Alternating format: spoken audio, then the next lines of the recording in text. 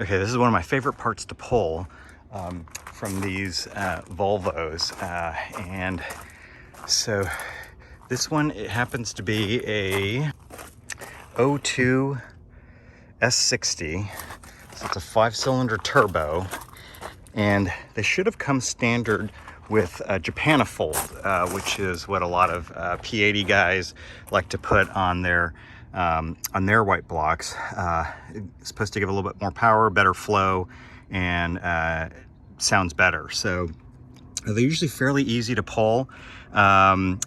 Sometimes if you can squeeze your finger through here, you can feel it. And if you can feel the raised lettering, then you know you have it's a Japanafold, and I'll show you why, what you're feeling for once I get it off. But this one's a little tight. I can't quite get my fingers in there, or either that or I've just gotten fat and I can't get my fingers through that crack anymore to feel if there's any raised lettering. So one of the first steps you want to do is just take off this cross member. So let me take that off, and then you take off the heat shield, then you'll be able to see if it's a Japanafold or not. So let me go ahead and do that real quick.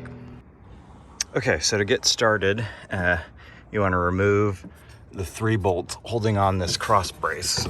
So we'll take that off. Then next we'll want to get this tubing out of the way, and actually before I do that, let me just check this real quick. Okay, so you see I got the cross brace off and this open, and you can feel, and I can feel the raised lettering, so I can confirm that this will be a Japanafold when I pull it off. So go ahead and pull the rip kit tubing, get the rest of the heat shields off, and then you want to separate the turbo, and then it's just a matter of 13 mil bolts.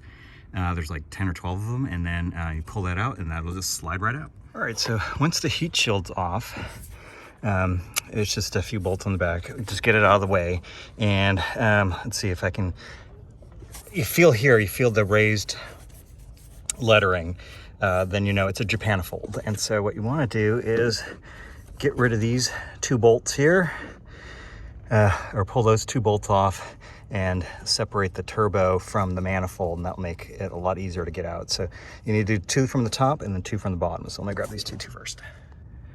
All right, so I'm underneath the car, and what I did is disconnected the downpipe from the turbo, and then disconnected all the hosing, the oil return line, coolant lines from the turbo, and then there are 2 bolts down here, so I took those out.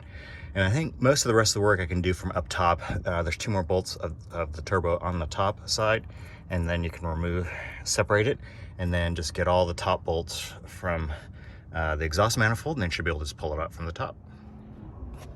All right, so once the turbo is loose, you got the 4 bolts out, and that's a bolt out. It's just a matter of taking out the 10 bolts from behind here, and then the exhaust manifold just pop out and slide up the top.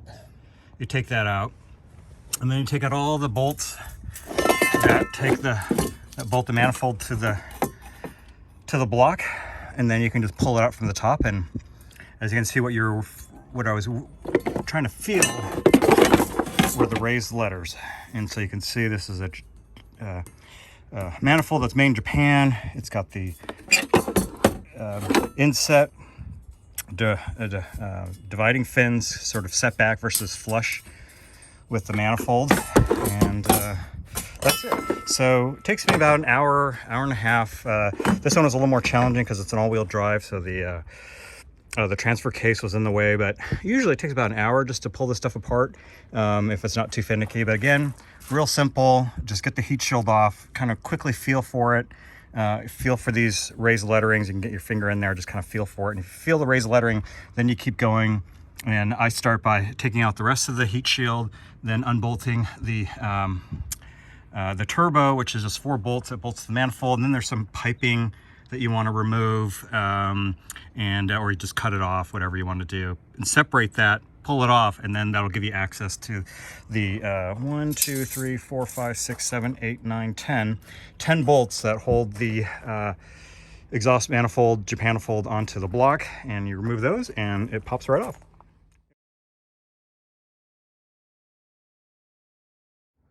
All right, so after I loosened those 10 bolts, I just pulled the exhaust manifold out, and I actually made a mistake. So this car doesn't have a Japanafold. This car has the R style manifold.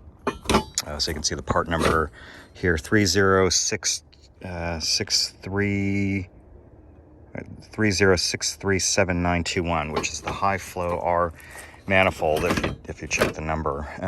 But you can see the style is slightly different. So there's a runner across the top for the Japanifold. This I pulled from a different car. Process is exactly the same, but since I pulled this one out, I just thought I'd show you the differences. There's some websites out there that talk about the flow, you know, which one flows more versus the other. For me, I'm not looking for performance, but they do say that the Japanifold keeps that kind of 5-cylinder burble, which is what I want. So I'll probably keep this one and maybe sell that one to somebody who's looking for just more performance based on it being an R manifold.